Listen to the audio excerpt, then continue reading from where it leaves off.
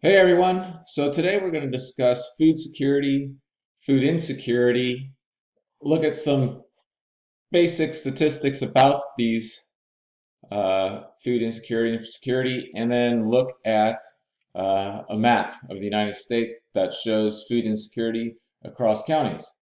So on that note, let's jump right in. So in order to discuss these topics, and kind of later, as I said, to look at some maps, we're going to define a few terms here.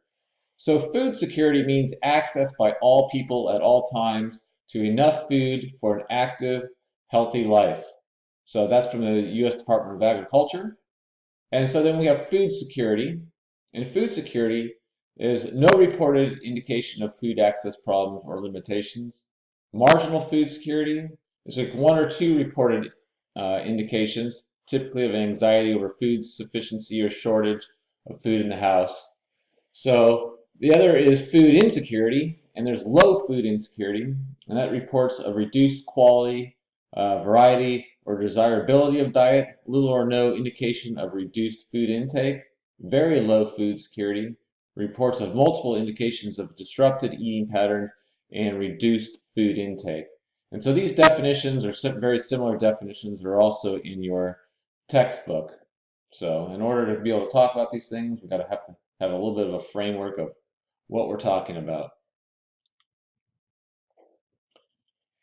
So there are slightly two different versions of the federal poverty measure. So there's the poverty threshold and poverty guidelines.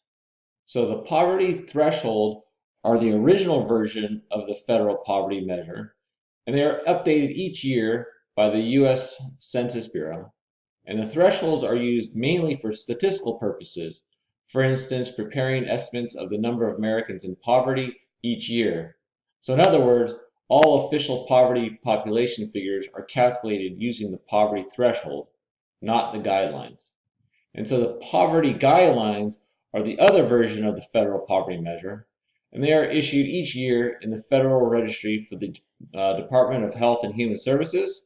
And so these guidelines are the simplification of the poverty threshold for use for kind of administrative purposes, for instance, determining financial eligibility for certain federal programs. And so the federal poverty level is the minimum amount of money a family needs each year to afford the necessities of life: food, clothing, shelter, and transportation. So here are some basic figures. So in terms of the 2019 poverty guidelines for the 48 contiguous states, so Alaska and Hawaii are calculated a little differently, and we won't look at those. We'll just look at the contiguous United States. So a family or a person, a household of one, needs to make $12,490 a year, and they are at the federal poverty level. So a family of eight, for example, needs to make $43,430 a year, and they are at the federal poverty level. So then you can go out of poverty level, or you can go further down into poverty. So these are kind of the basics of being available for services, programs, and so forth.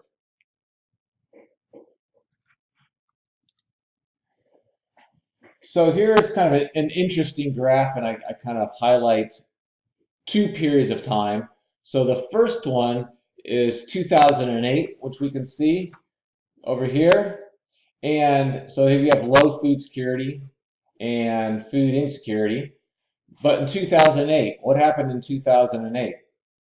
The economy kind of crashed, right? So a lot of people were out of work, and we have it's kind of leading up to 2008. And the next one that happened was in 2011, and the U.S. economy kind of came to almost a grinding halt in terms of growth in the first half. So we can see that kind of being reflected here as well. And then as you can see, we've kind of been on a steady decline, and about 2018 here, we are on the downward trend.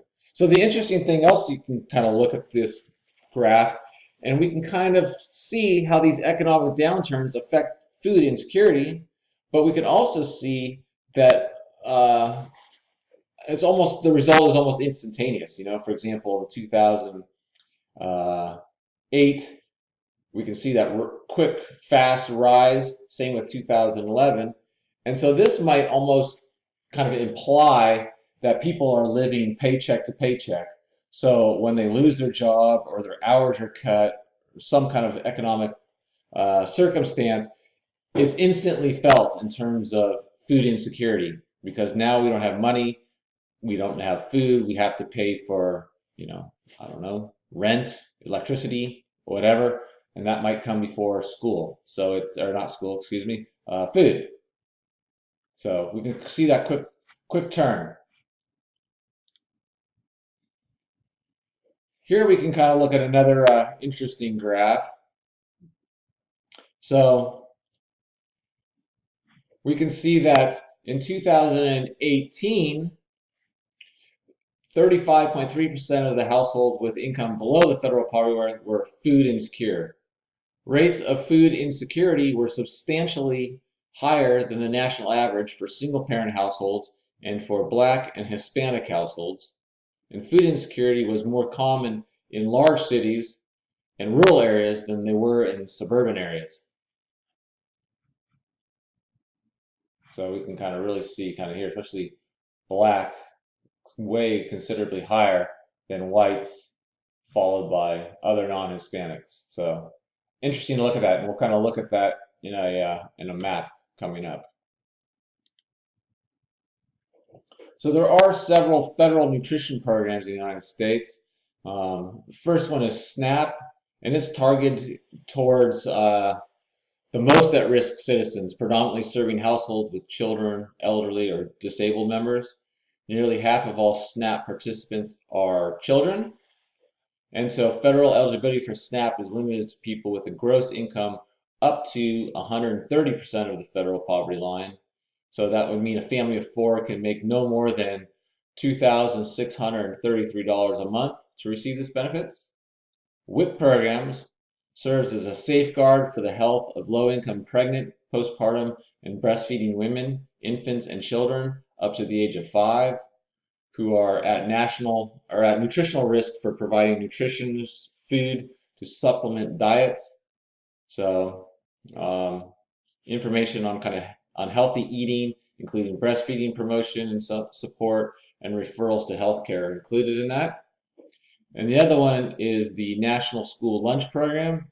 It is a federally assisted meal program that operates in public and nonprofit private schools and residential child care institutions. It provides nutritional, balanced, low-cost, or free lunches to children each school day. And the program was established under the National School Lunch Act, signed by President Truman in 1946. So after this, I'm going to turn over to looking at a map here. So let me end this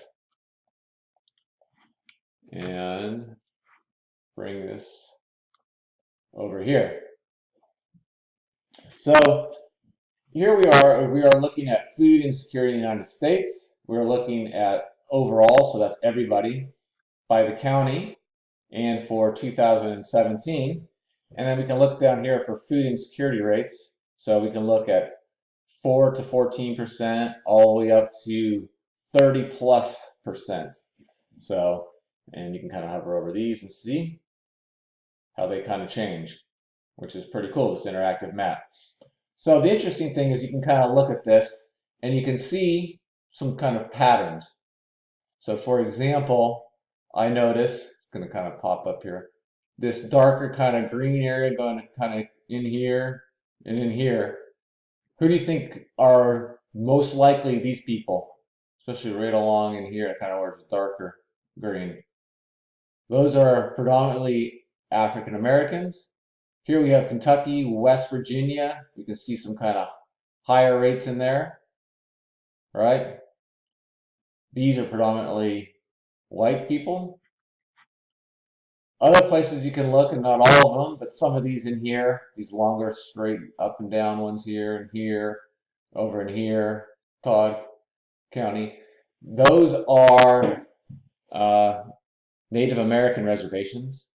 And then we can kind of look and just kind of see other patterns. Like generally here you'd see kind of Hispanics, but we don't see a lot of Hispanics in there for some reason. Maybe they're down in here. So we can look at this and we can cover over our mouse and we can see that in Mississippi there is 19.2% of food insecurity and inquire for additional feeding, whatnot. If we scroll down on this map here, we can see what does poverty level mean. Household of 1. Remember, we just looked at this number, meaning you're at 100% of the poverty level. This means you're 85% above the poverty level. If we're making 23,107, which kind of correlates to these values in here. So let's look now at children. So children gives you kind of a much different picture. Let's go to like 30%, a lot more. A lot of these are kind of in the south, right here in the south. Also, probably the other areas in Alaska and over in here, these are Native American reservations. So we can also see kind of in West Virginia and Kentucky. So these maps are kind of interesting because they kind of let you look at the data in terms of these patterns. So we can see that food insecurity is not just a blanket, easy, right across the board, straight, everybody's the same. It varies. It varies by state, and within the state, it varies by county. So then it kind of asks, you're able to then ask the questions, well, why? Let's go, we can click on Idaho, we can zoom into Idaho, and we can look at some of these counties and we can look at food insecurity. We can go to Ada County, 14.3%. Gem County, Canyon County. Canyon County is probably more, food insecurity. Ada County is the capital. There's colleges, a lot of government, so probably more income here, which would explain maybe why food insecurity is higher in Canyon County. You can also look at Blaine County. So 17%, which is interesting because Blaine County is one of the wealthiest counties in Idaho, but for some reason it has 17.1% food insecurity for children.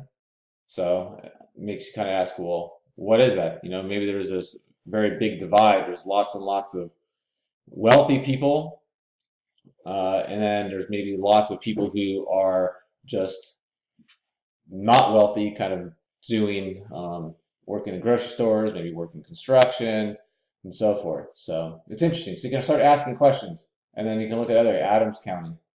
Unfortunately, I don't know a lot about these different counties and why they might be much higher, but we can see 19%, 21%. So why is this county so high? There's Pierce County's 16%. So there's lots of interesting figures that we can look on these maps. And we can go back to the United States and we can look at that. So lots of cool things. Click on here. I'm from Santa Barbara, and so we have 16.7% food insecurity for children. Makes sense. I mean, it's, for me, I know Santa Barbara County well. You're either making it or you're just getting by, and there's a lot of people there just getting by. So here, Imperial County, 30.3%. Imperial County has a very large Hispanic population. It's an agricultural town. It's also on the border of Mexico. San Diego County is a little different. Imperial County is just farmland. But you can also look here in California, going through here, this is all the Central Valley, right? This is where a lot of farmland. So you would expect, I guess, to see higher food insecurity, kind of working more labor intensive, lower paying jobs. Go in here, I don't think we can zoom in. San Mateo, I don't know if we can get to Marin County, 13, Marin County, extremely expensive there. Nampa, 13%. So it's kind of cool to look at these maps and kind of explore around and kind of learn a little bit about what's going on and maybe why. So on that note, have a great day.